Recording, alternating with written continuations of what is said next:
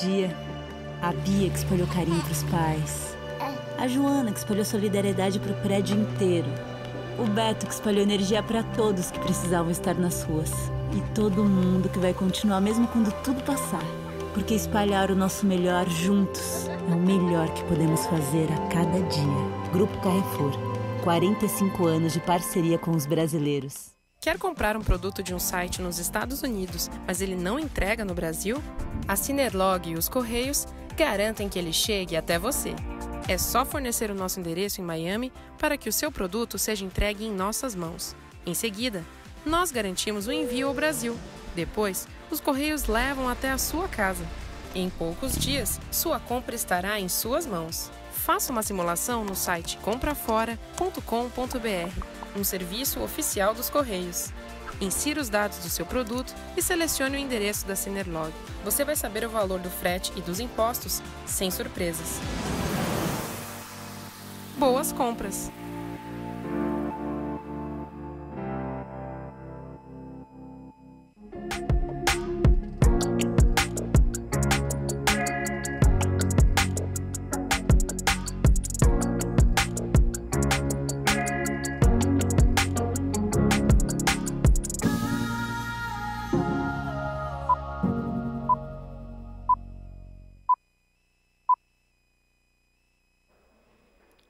Bom, bem-vindos de volta. Nós agora vamos abrir o painel Perspectivas de Crescimento no Mercado Imobiliário Brasileiro. Esse é um tema bastante importante, desde que os juros caíram bastante, e nós conseguimos observar, dentro desse mundo pandêmico, crescimento muito grande das iniciativas imobiliárias, não só no mercado comercial, mas no mercado residencial também. Os investidores muito interessados em alternativas que tenham rentabilidade melhor do que as opções financeiras clássicas. Então, para debater justamente quais são as perspectivas desse mercado, e especialmente para a gente saber se não tem já muito mais oferta do que demanda, temos aqui 3 grandes especialistas para falar sobre o tema: Martin Jacob, CEO da BR Properties, Lucas Mendes, diretor-geral da WeWork Brasil, e Alexandre Frankel, CEO da House, chairman da Vitacom. Também teremos como debatedor uma pessoa que está muito ligada a esse mercado, que é o Juliano Otta, CEO da Telenorte. Vamos começar então pelo Martin Jacob. Martin Jacob, Martin Jaco. Essa mania que a gente tem de americanizar tudo é realmente complicado. Então, Martin, vamos lá, 10 minutos para cada um dos nossos palestrantes, 5 minutos para o nosso debatedor. Vamos em frente, ainda temos uma agenda bastante complicada, bastante atribulada nesse dia. Vamos lá, Martin. Ótimo, Aloysio, muito obrigado pelo convite, muito obrigado pelo próprio tema, né? A gente teve nos últimos quase 12 meses falando da recessão, do que vai acontecer, que o mundo ia acabar, e na verdade não é nada disso, né? A gente precisa realmente tirar a cabeça da areia, olhar para frente e falar muito bem como é que a gente volta a crescer, como é que o mercado volta a reagir, como é que a gente continua desenvolvendo o país, né? Que tem muita coisa a ser feita, né? Então acho que isso é um tema bom, tomara que esteja bastante atribulado mesmo nos próximos painéis, porque é um assunto importantíssimo, né? Eu vou falar aqui um pouco da experiência que a BR Properties tem, né? Que são 2 mercados, 2 segmentos com um comportamento totalmente diferente, né? O de galpões logísticos e o de escritórios comerciais, tá? Eu acho que muita coisa já foi dita aqui, falando primeiro dos galpões logísticos, né? Todo mundo viu o que aconteceu nessa pandemia, né? Talvez um dos grandes setores aí beneficiados, todo mundo passou a fazer e-commerce, todo mundo passou a comprar pelo seu celular, pelo seu notebook, pelo seu computador, todo mundo começou a receber em casa, enfim, no local, na praia, onde fosse que a pessoa estivesse. Então, esse é um mercado que cresceu muito. E a gente já viu aqui nos painéis anteriores que tem uma série de carências que a gente tem, né? Toda essa parte de infraestrutura, toda a parte a questão aduaneira, toda a parte documental, toda a parte de prazo, toda a parte de custos, como foi dito numa das perguntas aí referente ao varejo, né? Falando especificamente de um pedaço dessa cadeia logística, que seriam os galpões logísticos, Isso também é uma carência muito grande que a gente tem, né? Uma carência que, na verdade, a gente tem há muito tempo. Se a gente olhar o que são os galpões logísticos no Brasil e comparar no que são no mundo, a gente está engatinhando ainda. Isso antes da pandemia. Então, tinha muita coisa no mercado que tinha crescendo. A figura do próprio investidor imobiliário de galpões logísticos, né? Alguém que comprasse um terreno, investisse e alugasse, é uma figura nova, né? Você ainda tinha muitas das companhias, operadoras logísticas que tinham seus galpões próprios, né? Algo que lá fora não existe, é praticamente abandonado esse modelo, né? Então você tem um mercado que estava crescendo e estava se desenvolvendo muito bem, né? Até o ponto que você chegou em 2019, Luiz, e fizeram justamente essa pergunta: puxa, não está se construindo muito? E aí, falando mais específico aqui de São Paulo, não tem muita coisa em construção, não pode dar uma super oferta?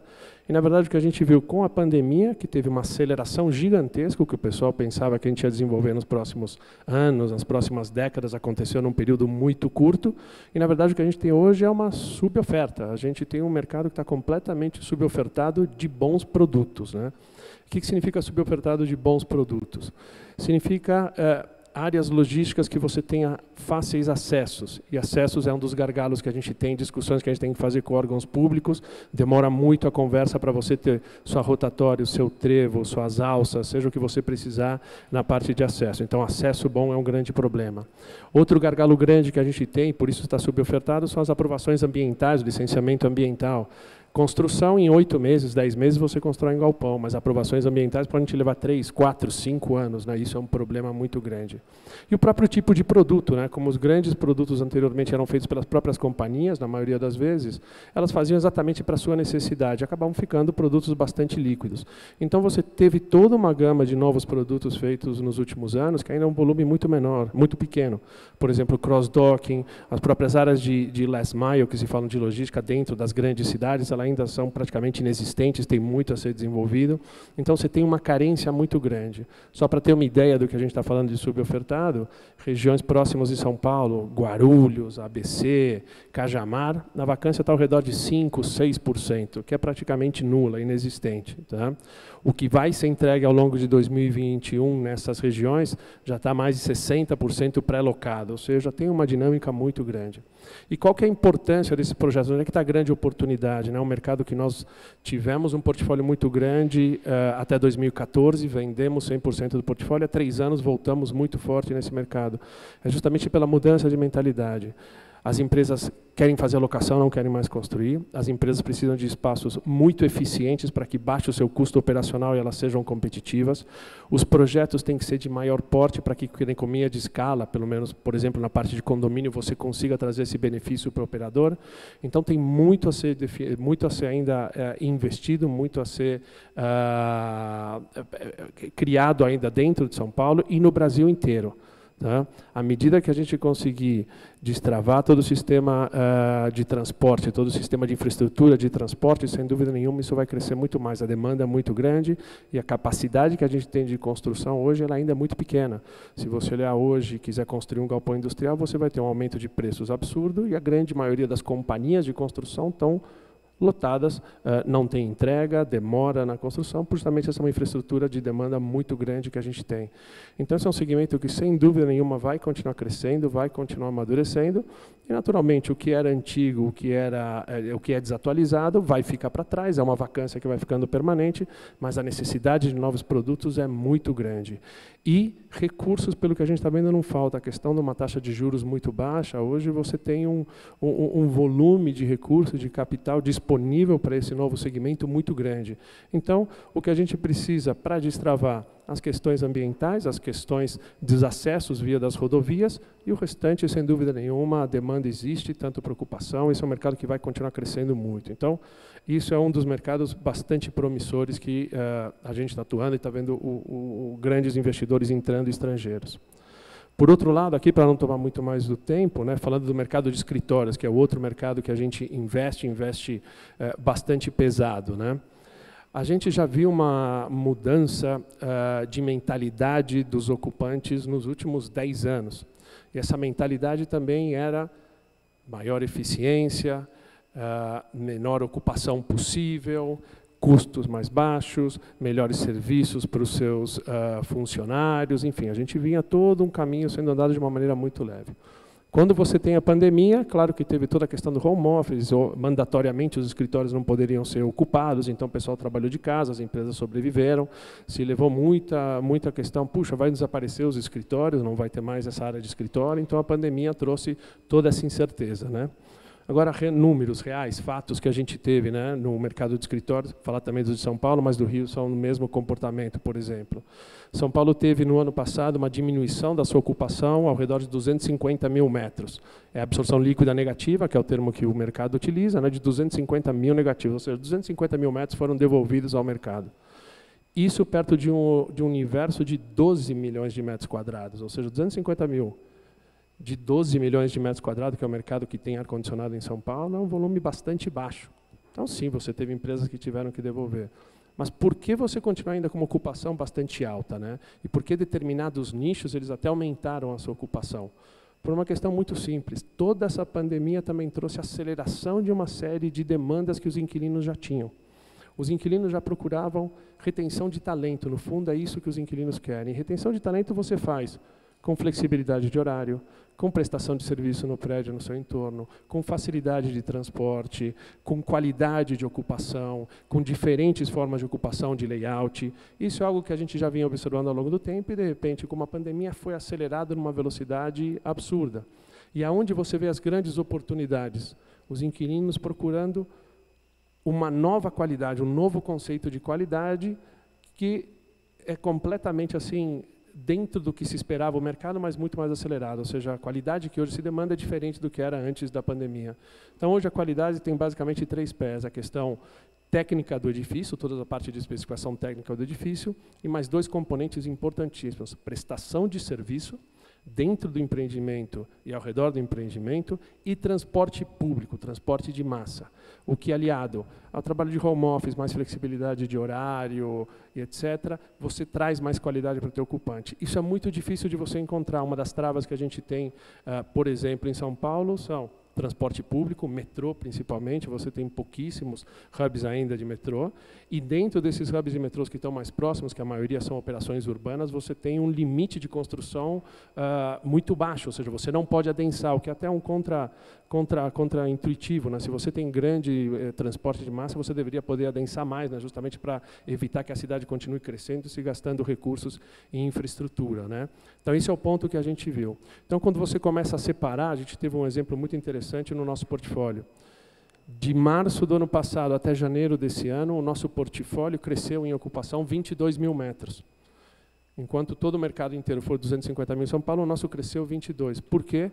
A gente já vinha se localizando nesse tipo de empreendimento há muito tempo. Todos os nossos empreendimentos têm o metrô na porta, todos os nossos empreendimentos têm serviço no empreendimento e no entorno. Esse é a grande mudança que vai ser feita.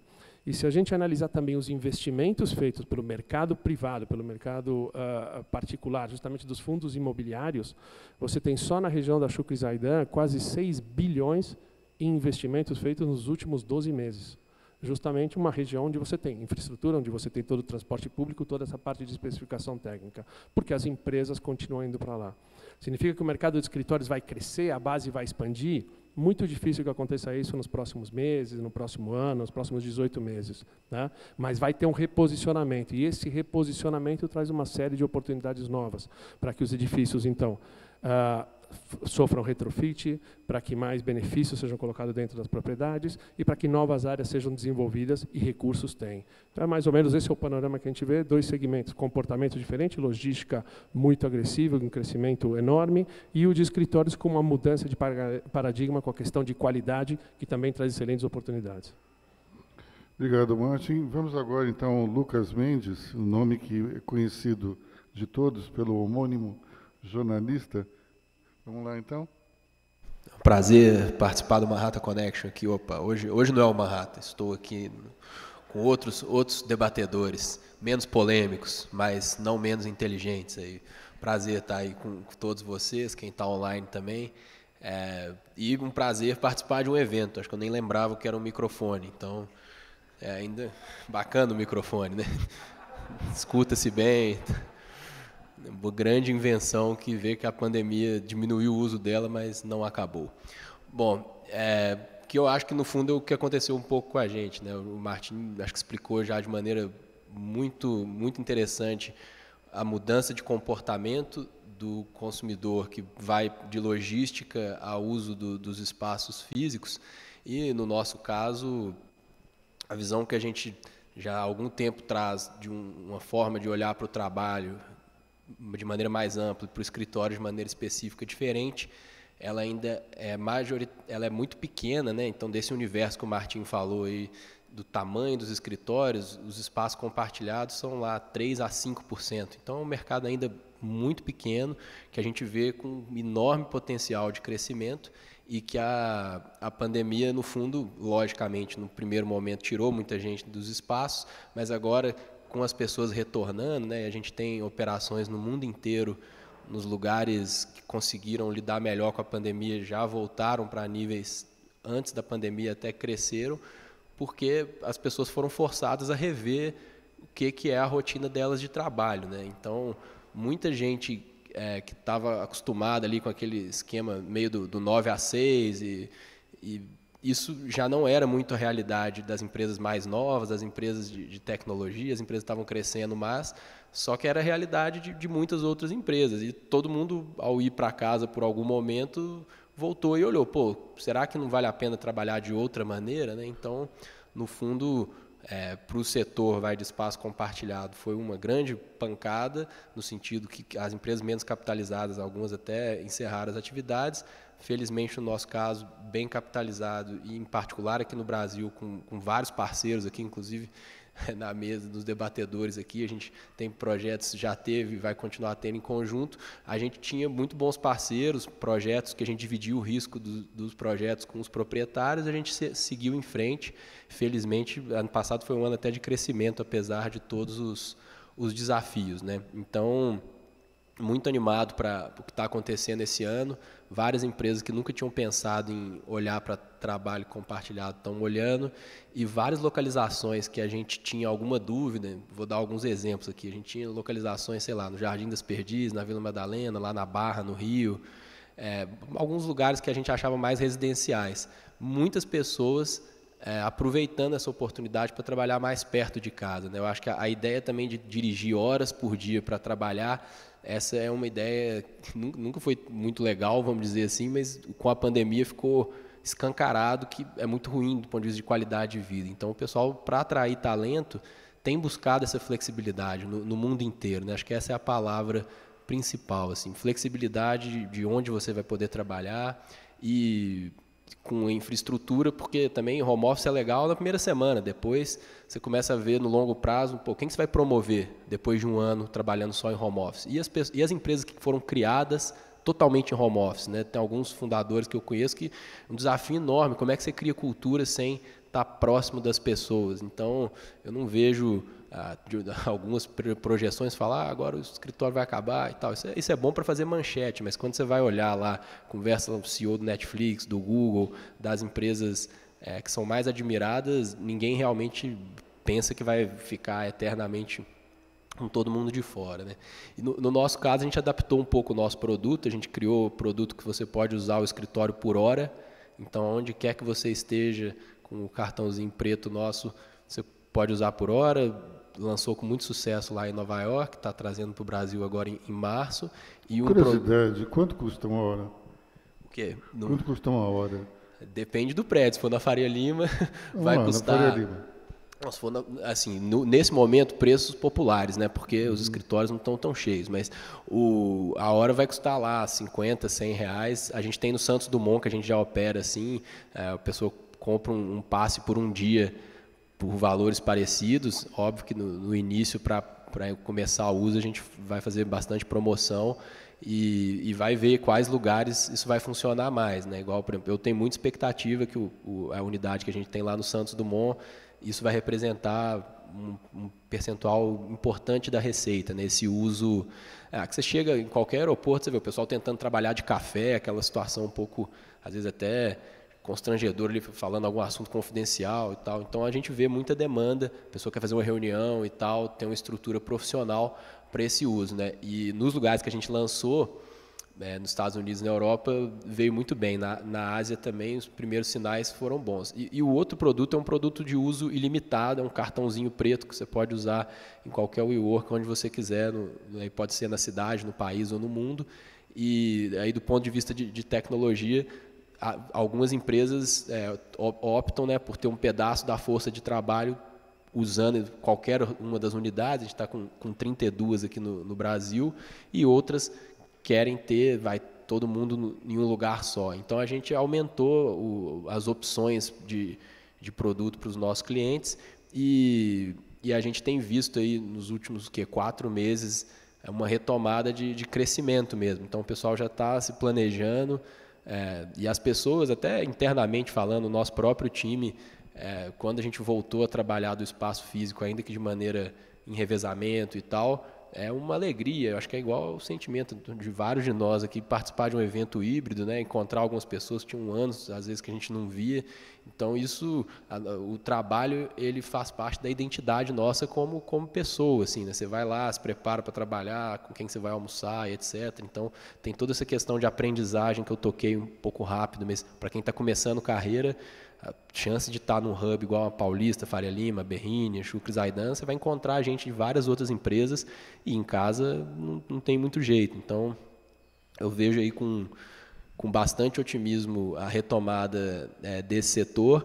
E, como eu falei, né, 3 a 5% do mercado. No caso nosso aqui, a gente só está em algumas cidades ainda. Eu vejo a marca da WeWork, todos os estudos que a gente faz, eu recebo aí diversas propostas, iniciativas para abrir o WeWorks em outros lugares do Brasil, e é para isso que a gente vai olhar, né?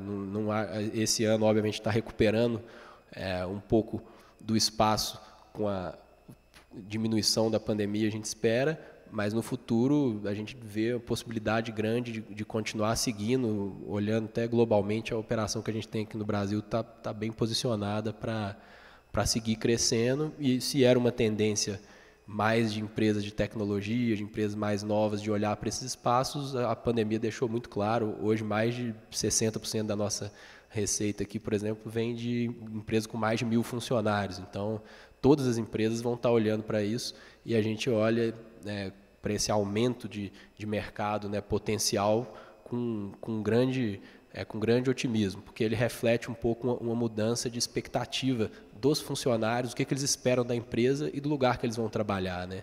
Então, no fundo, é essa briga por atrair talento, atrair gente boa. Flexibilidade, sem dúvida, sempre aparece lá como uma das 3 primeiras coisas que as pessoas procuram, em alguns estudos até acima de salário, assim, e isso acho que vai se acentuar depois da pandemia. As pessoas que se acostumaram a trabalhar de uma forma que elas têm mais liberdade no uso do tempo delas, dificilmente vão voltar a trabalhar em modelos tão rígidos e não flexíveis. Então, é um pouco o cenário que a gente vê. Tudo bem que é uma parte pequena do mercado, mas ela acaba se aproveitando um pouco dessa questão mais ampla, né, de taxa de juros menor, ter oportunidade de vários empreendimentos sendo lançados com uma qualidade que combina com esse estilo, né, dos nossos escritórios.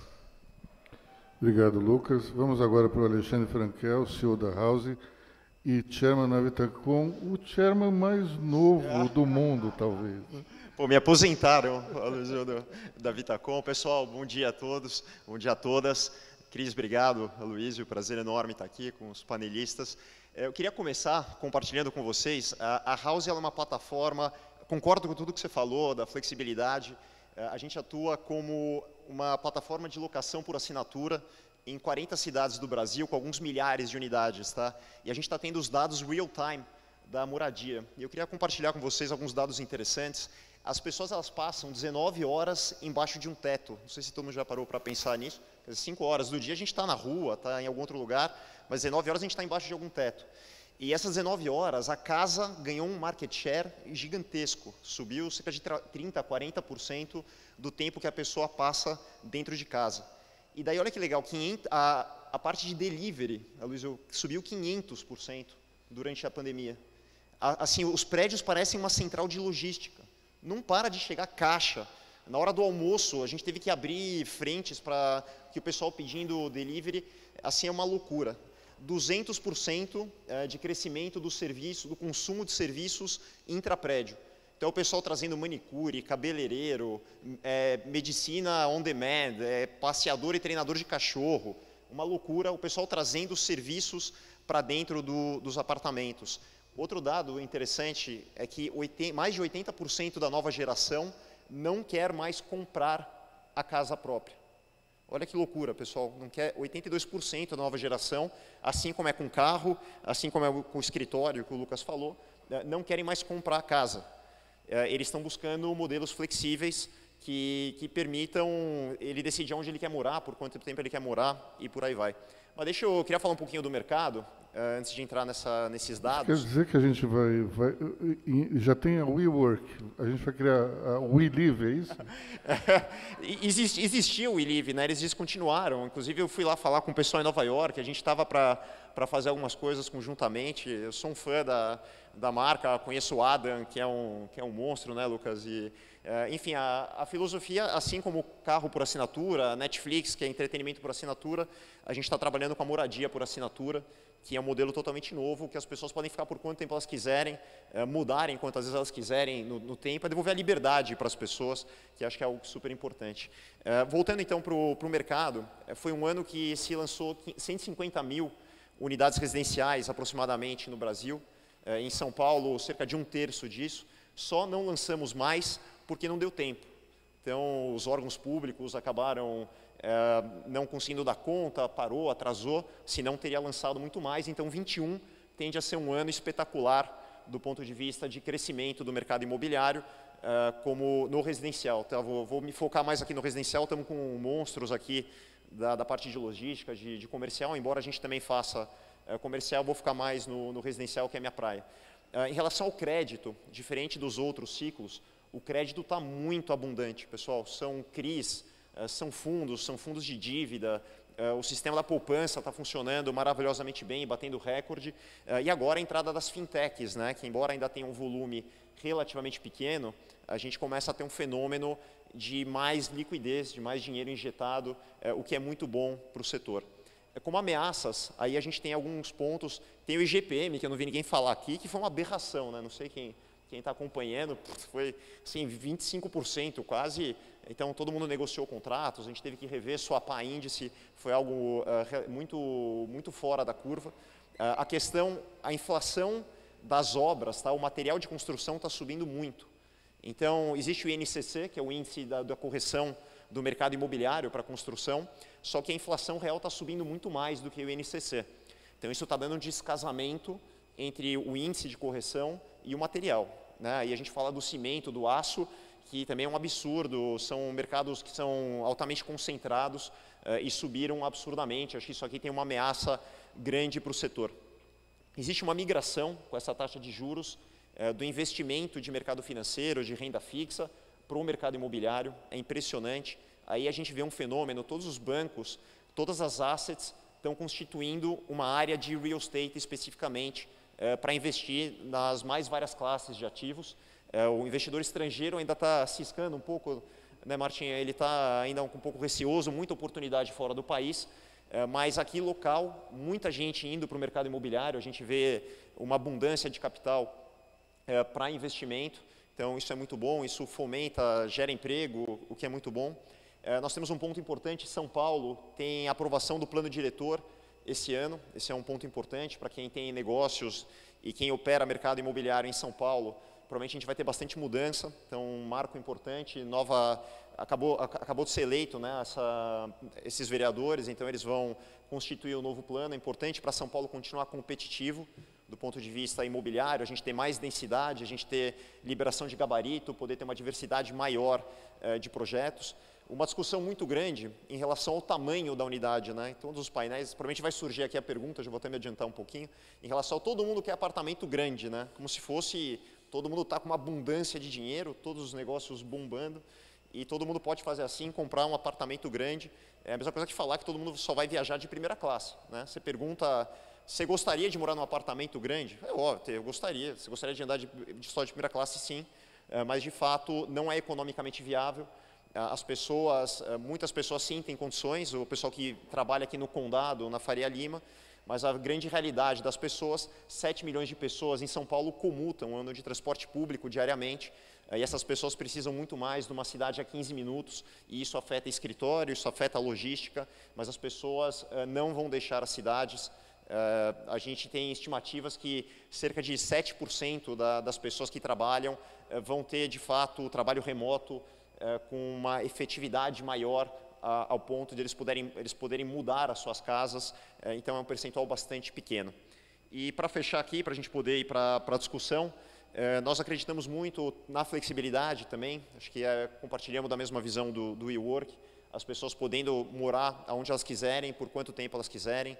Então, nós acreditamos que a moradia tem que acompanhar cada fase da vida da pessoa, né? Ela é estudante, depois ela forma família, muitas pessoas, muitos divórcios, né? Cerca de 1/3 da população dos casamentos são desfeitos, então a vida muda, as crianças saem de casa, a gente entra na melhor idade, então nós entendemos que não faz mais sentido, na fase atual, na economia atual, comprar uma casa para a vida inteira, tomar um financiamento de 30 anos e ficar imobilizado, sendo que a nossa vida muda tanto, né? Então, hoje eu posso morar em São Paulo e talvez trabalhar 30 dias da praia, do Rio de Janeiro, e ir para o Leblon, eu posso fazer network em Brasília, então eu tenho uma residência móvel que me permite abrir aí um leque, um universo de oportunidades que isso a flexibilidade traz, e a gente acredita, esse é o modelo multifamily, que é o modelo americano, que a gente acredita que vai ganhar muito share no mercado residencial, então essa é uma grande oportunidade que a gente vê para os próximos anos. Obrigado. Obrigado. Vamos então, Juliano, que foi até citado indiretamente aqui, material de construção, né? Embora a gente não esteja falando do mesmo material de construção, mas vamos lá, 5 minutos. Bom, primeiro, parabéns a vocês, debatedores. Vocês me deixaram um pouco com uma tarefa difícil, porque vocês falaram tão bem das tendências que eu tive que reformular a pergunta aqui. Todo mundo fala mesmo, Aloysio, fala, né, quando os colegas, os amigos, a família, vem notícias falando, nossa, aumentou o número de lançamentos, aumentou o número de construções novas. Eles viram para mim e falam, nossa, está bombando então a Telha Norte, né? Eu falo, olha, não por causa disso, né? Eu acho que está bombando por causa da pandemia, porque as pessoas estão mais em casa, estão olhando aquela parede com mais cuidado e estão querendo pintar, mas não por causa dos lançamentos. Então, a gente está muito próximo, a gente acompanha muito o mercado imobiliário, só que a gente tem um compasso diferente. A gente, né, esses lançamentos, essas construções novas vão chegar para a gente que está mais exposto a acabamento e decoração daqui 1 ano, 1 ano e meio, se tudo der certo, né? Mas a gente acompanha muito bem, a gente está muito animado com tudo que vocês falaram, né? Vocês falaram muito bem aí eu acho que da demanda que vai continuar pelo mercado imobiliário, os juros, né? O Martin falou bem claramente também, o Alexandre. O Lucas falou que realmente o escritório não vai acabar, né? E a gente vai precisar estar junto, e eu acredito muito nisso. Então, a gente também olha com muito positivismo essa tendência. Só que o que a gente vê, né? Aí tem uma coisa que me intrigou bastante, que, né, vocês dois falaram, né? Lucas e Alexandre, sobre a questão da flexibilidade. E a gente sabe que o mercado imobiliário é um mercado com ciclos longos, né? A gente tem um parque instalado muito grande e a gente, logicamente, vai construir coisas novas, mesmo porque tem um déficit habitacional enorme no Brasil, né? Sem falar também das questões de escritório, de logística, de fábricas, etc. E aí o que eu queria ouvir mais de vocês, né? Já que vocês me deixaram 100 perguntas para fazer direito, assim, quais são esses... E a gente sabe que vai ter um volume grande, mas esse volume talvez ele seja direcionado de forma diferente. A gente sabe que as empresas de vocês são empresas líderes, então vocês podem continuar no movimento que vocês estão, porque vocês são líderes no segmento que vocês estão. Mas, de certa forma, se a gente olhar o bolo do mercado, ele vai ser redirecionado de alguma forma. Seja para escritórios diferentes, mais perto das moradias, seja para moradias menores ou maiores, como falou o Alexandre. E aí, não dá para dizer que aqui a gente só tem pessoa jurídica, a gente tem pessoas físicas que também estão querendo investir. Então, se vocês falarem um pouquinho, quais são as tendências que vocês acham que vão se fixar, e rápido, para que a gente vá lá e compre os prédios, ou partes dos prédios, ou partes dos fundos, para a gente ter sucesso aí no futuro. E aí eu também me ajuda a ver o que eu vou vender nas minhas lojas para essas novas tendências que a gente está vendo. Vamos lá, pessoal. Tendências que vão ficar, então. Começando de lá para cá, vai. Começo? Vamos lá. Tá bom.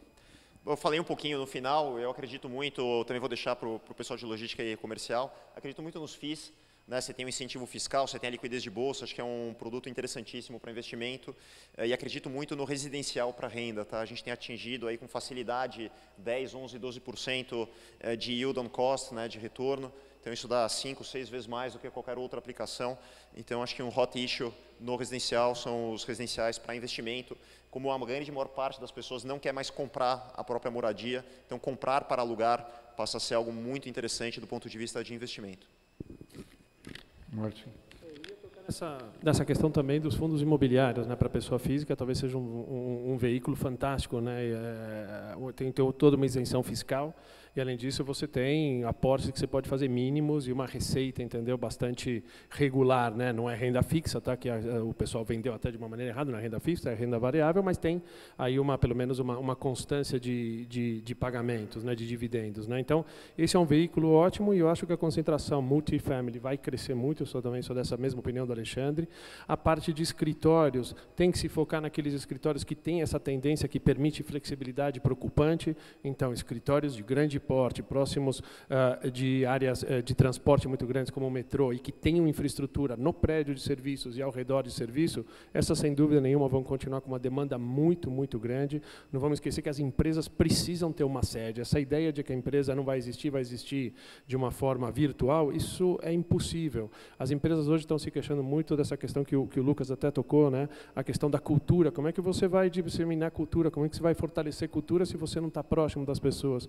Como é que você vai treinar as pessoas novas na companhia, né? Até tem uma pesquisa da Gensler, né, que é um escritório de arquitetura internacional muito grande, e ele tem lá uma pesquisa que diz que quem mais sofreu nesse período de pandemia, contra-intuitivo também, foram os millennials, porque os millennials estavam na casa e não sabiam o que deveria ser feito nas empresas que eles trabalhavam. Com quem que eu falo, quem me dá orientação, entendeu? Tenho que marcar um Zoom cada vez que eu tenho que fazer alguma coisa, parei aqui, eu não sei a quem recorrer. Então, até contra-intuitivo, né? Sem dúvida nenhuma, tecnologia eles tiravam de letra, mas essa parte não. Então, essa parte de fundos imobiliários é importantíssima. Acho também que tem toda uma questão, olhando fundos imobiliários, né? Vocês viram os valores que os fundos imobiliários pagaram algumas propriedades, ao mesmo tempo você tem companhias abertas que estão com descontos de 30%, 40%, 50% no mesmo ativo de desconto. Então, isso também significa um valor enorme nessas áreas de logística, nessas partes também de escritórios que estejam ligados às companhias, também tem um potencial aí de valorização muito grande que a gente tem adiante, e taxa de juros baixa, esse mercado bem focado, a questão acho que é qualidade, a concentração sempre em qualidade é o mais importante, a qualidade de ocupação, tanto para o residencial, tanto para o escritório, tanto para o de logística, focando nesse ponto nos investimentos forem feitos, tem um grande potencial aí de crescimento e de valorização. Vamos lá então, Lucas, tendências. Eu vejo, assim, você vai fazer um investimento imobiliário, um tempo atrás a pessoa tinha que, sei lá, comprar uma casa, comprar um escritório, enfim. Hoje o mercado ficou muito mais complexo, o que é ótimo, você consegue estar exposto gastando muito menos, mas tem muita coisa que às vezes no mesmo balaio você vai falar, escritório. Bom, o Martim deixou bem claro que tem prédios e prédios. A gente também aposta mais em prédios que tem serviço, que tem transporte, esse consegue atender uma gama maior. Então, quando você vai ver os ativos, né, que o fundo ou que a empresa tem, ou você, se gostar do assunto, vai lá investigar quais ativos estão atrás daquele papel, ou então passa isso para especialistas, né? O Alexandre também falou que a gente tem crescido muito, as assets têm investido muito em imobiliário. Então, tem gente olhando, tem gente que tem um histórico já muito bom aqui com imobiliário, então vejo um pouco por essa linha. Do ponto de vista de investimento, tomar cuidado só para não entrar em coisas que vai estar lá sob o imobiliário que está bombando, mas na verdade tem algumas coisas que não estão exatamente bombando ou não estão representando essas tendências que a gente falou aqui, né? De flexibilidade, de valorizar a comunicação e não só como sentar uma pessoa do lado da outra. Então acho que vai um pouco para esse lado. E é curioso, né, para o lado aqui do Juliano, as pessoas todas, né, pediram para a gente lá na WeWork, em vários momentos, cadeira, material de decoração, caneca, então para ter lá, pelo menos no seu home office, fundo falso ali, um lugar que tivesse uma carinha de escritório, né? Então, apesar também de não achar que o home office vai ser dominante, eu acho que a gente tem que reconhecer que as casas também, né, elas vão se adaptar para ter um lugarzinho ali que, vez ou outra, as pessoas vão usar e de novo, isso vai acrescentar nessa tendência de flexibilidade. Ô Martim, você falou uma coisa muito importante, que é a cultura de uma empresa, ela não pode se disseminar sem a presença física. Então, vou te perguntar uma coisa. O que você achou da informação de que o presidente da Petrobras ficou 1 ano em casa sem ir à sede da empresa? Essa é uma pergunta que eu não vou responder, sendo bem direto. Agora, não existe isso. Você viu aqui, né, os 2 primeiros panelistas que você teve, né, o Meirelles e o Esteves, cada um estava no seu escritório. Cada um estava no seu escritório. Se eles não forem no escritório, né, aí a questão da flexibilidade é importante. Não significa que você tem que chegar lá às 9 da manhã e ir embora às 6 com todo mundo, mas o fato de você estar ali, reunir com o pessoal, conversar com o pessoal de corredor, isso é importante, né? Se a gente prestar atenção no que aconteceu nos últimos, antes da pandemia, o que cresceu muito, né? Justamente uma WeWork, né? Com toda a questão de cowork. Olha, as pessoas precisam de interação para serem mais inovadoras, as ideias surgirem mais rápido, para ganhar tempo, para ganhar eficiência. Você ter uma pandemia e falar, não, agora todo mundo vai ficar em casa, não. E a questão da flexibilidade não se trata de trabalhar em casa, se trata de trabalho remoto. Tá? Você dá flexibilidade, se você quiser trabalhar na tua casa aquele dia porque você pode trabalhar, você trabalha na sua casa, mas se você quiser trabalhar da sua casa de praia, se você quiser trabalhar da sua academia, se você quiser trabalhar do seu café preferido, ou se você quiser ficar trabalhando enquanto você está aguardando, sei lá, para entrar na quadra de tênis porque é o teu dia de folga no tênis, você pode, ou seja, a questão é trabalho remoto, né? Flexibilidade. Isso atrai talento, isso segura talento. Então, essa questão das empresas que querem trabalhar fora de casa, né, não sei essa questão da Petrobras, realmente não acompanho, não sei, não opino, mas tem um exemplo muito clássico, né, que foi com a própria Yahoo, né, há mais ou menos uns quase 8, 9 anos atrás, onde a Yahoo, numa certa época, falou assim, vai todo mundo agora trabalhar de casa, vamos ser super inovador, todo mundo trabalha de casa. 2 anos depois, ele tinha uma concorrente que tinha praticamente atropelado e falou, todo mundo volta para o escritório e ninguém mais fica em casa. Porque se perdeu inovação, se perdeu criatividade, se perdeu cultura, né? Então, é importantíssimo. As sedes, elas precisam ser mantidas. Pode ser que as sedes tenham um menor tamanho, em alguns casos pode ser. Outras podem até aumentar, porque estavam tão adensadas que hoje precisa de um adensamento menor. Então, cada caso é cada caso. Mas as sedes e os escritórios, eles vão continuar e precisam continuar existindo pela sobrevivência das companhias. Desculpa a provocação, mas eu não resisti. Mal de jornalista. Alexandre, me diz uma coisa. Você estava falando sobre essa tendência que existe, de um lado, os jovens não querendo comprar as suas residências.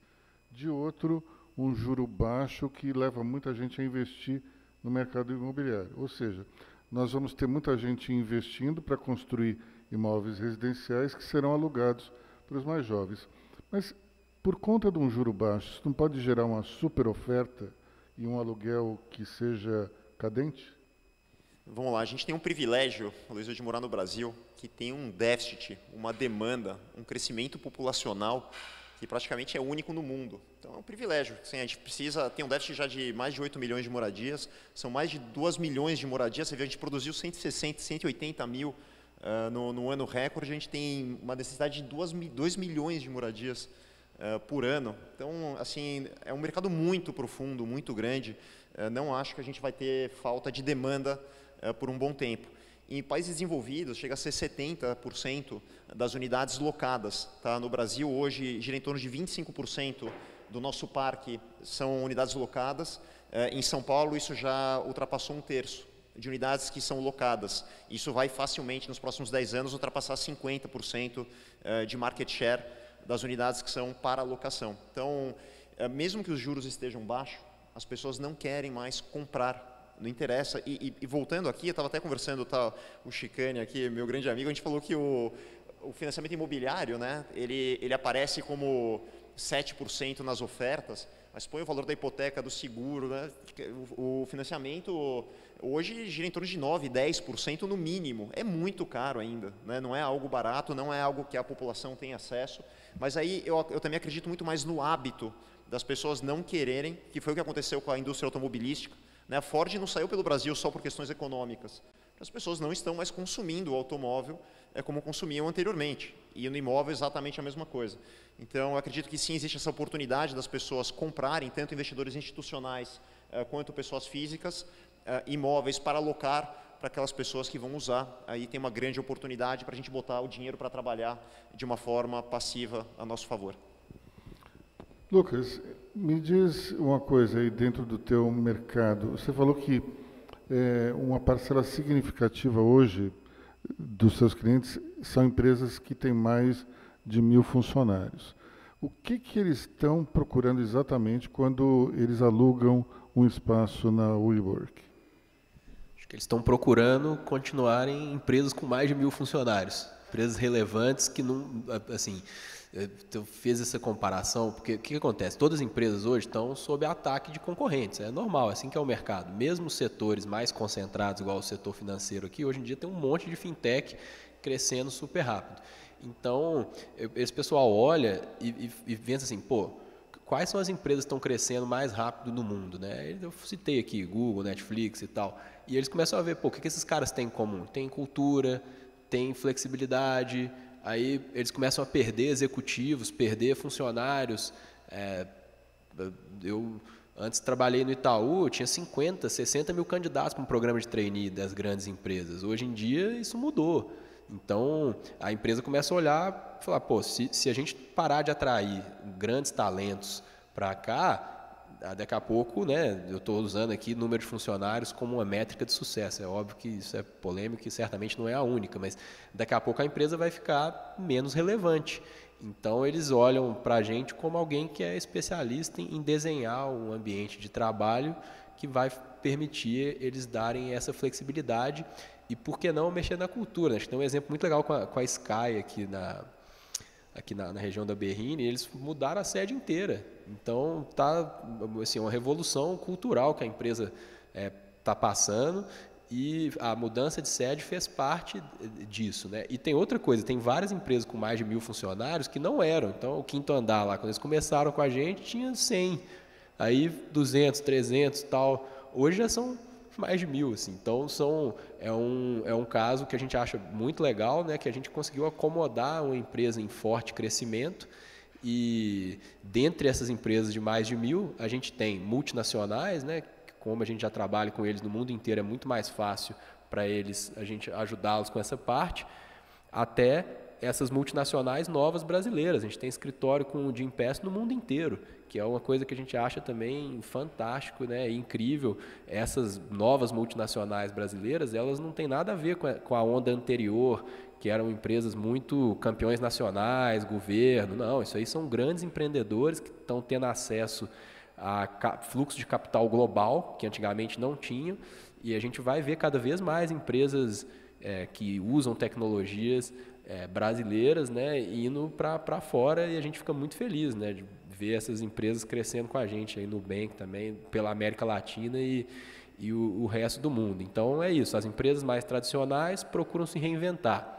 As empresas que estão nesse crescimento rápido, eles aproveitam essa flexibilidade para focar no core business e seguir crescendo. Bom, vou encerrar aqui com uma pergunta para o Juliano. Dentro do teu mix de receita, quanto era home office antes e quanto é home office agora? Está falando da minha empresa? Isso, produtos da tua empresa. Dos produtos. Tem uma mudança bem grande mesmo, né? A gente, antes da pandemia, a gente já tinha focado bastante na área de decoração, né? Porque a gente acreditava que a decoração é uma continuação que não dá para separar do acabamento, né? E, além disso, tem uma razão econômica para a empresa, que os tickets são mais recorrentes e tem a margem melhor, enfim. Então, a gente estava preparando isso, e com a pandemia a gente viu que com home office a gente precisava investir em outras gamas, por exemplo, escritório, né, cadeira de escritório, mesa de escritório, a gente começou a investir e tal. E hoje a gente cresce 50%, 60% em todas as gamas relacionadas a home office, né, escritórios em casa, inclusive algumas coisas para escritório, e toda a parte de decoração que também pode compor esse home office, né. E a tendência é que hoje representa por volta de 10% a 15% da nosso faturamento e que chegue em 30% do faturamento, todas essas gamas de decoração e que são mais flexíveis. Eu acho que essa é uma tendência também, né? Com as pessoas não querendo mais comprar casa, alugando, essa gama vai bombar para os millennials, né? Você não vai construir um novo banheiro, uma nova sala, se você não tem a propriedade do apartamento, né? Você vai decorar, você vai pintar. Então, é uma tendência muito forte essa questão da flexibilidade na nossa gama de produtos, e a gente está correndo porque a gente estava atrasado, né? Todo o setor estava atrasado atrás disso, né? Não sei se era essa a pergunta exatamente. Era assim. Bom, eu vou pedir para todos ficar aqui na sala, e a gente vai, então, trocar para o próximo painel, agradecendo, então, a participação dos nossos painelistas, Martin Jaco, CEO da BR Properties, Lucas Mendes, diretor-geral da WeWork Brasil, Alexandre Frankel, CEO da House Chairman da Vitacom, e, evidentemente, o Juliano Onta, o CEO da Terianorte. Então, vamos entrar em conexão com o Marcos Savaia Janck, que é coordenador do INSPER Agro. Ele vai entrar pela plataforma. Começamos com o Marcos e depois o Gustavo Junqueira, que é o secretário, vai chegar, e depois o Delon Azevedo também. Principalmente eu peço o interesse mais específico aí da bancada do IPO, que se juntou ali do canto esquerdo. Enfim, vamos lá então. Já estamos conectando? Tá.